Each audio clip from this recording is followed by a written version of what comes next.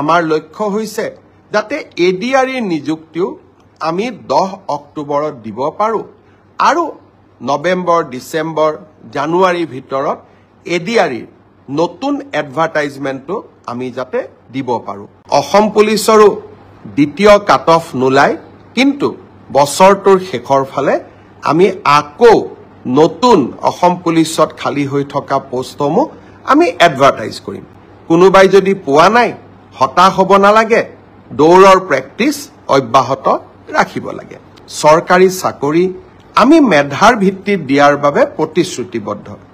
এতিয়া কোনোবাই মোক কৈছে মামা কাট অফ নম্বৰ বহুত হল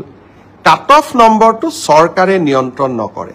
যদি 3000 পোষ্ট থাকে আমি দুজন কৰি বা তিনিজন কৰি উত্তীৰ্ণ প্ৰাৰ্থীক মাতো 3000 পূৰণ 2 3000 পূৰণ 3 9000 মেৰিট মতে 9000 নম্বৰটো আহি যোৱাৰ লগে লগে 9000 নম্বৰ লাভ কৰা ব্যক্তিজনৰ যেটো নম্বৰ সেইটোৱে কাট অফলৈকে ৰূপান্তৰিত হয় কাট অফ কোনেও বনাই নিদিয়ে কাট অফ ছাত্ৰ ছাত্ৰীসকলৰ পৰীক্ষাৰ ফলাফলে নিৰ্ণয় কৰে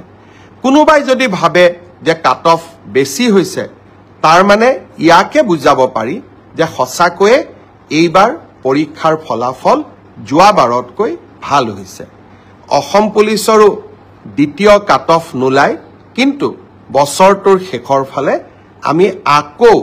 নতুন অসম পুলিচত খালি হৈ থকা পোষ্টসমূহ আমি এডভাৰটাইজ কৰিম কোনোবাই যদি পোৱা নাই হতাশ হ'ব নালাগে দৌৰৰ প্ৰেক্টিস অব্যাহত ৰাখিব লাগে এডিআৰি পৰীক্ষাৰ প্ৰসংগতে মই উল্লেখ কৰিব খুজিছো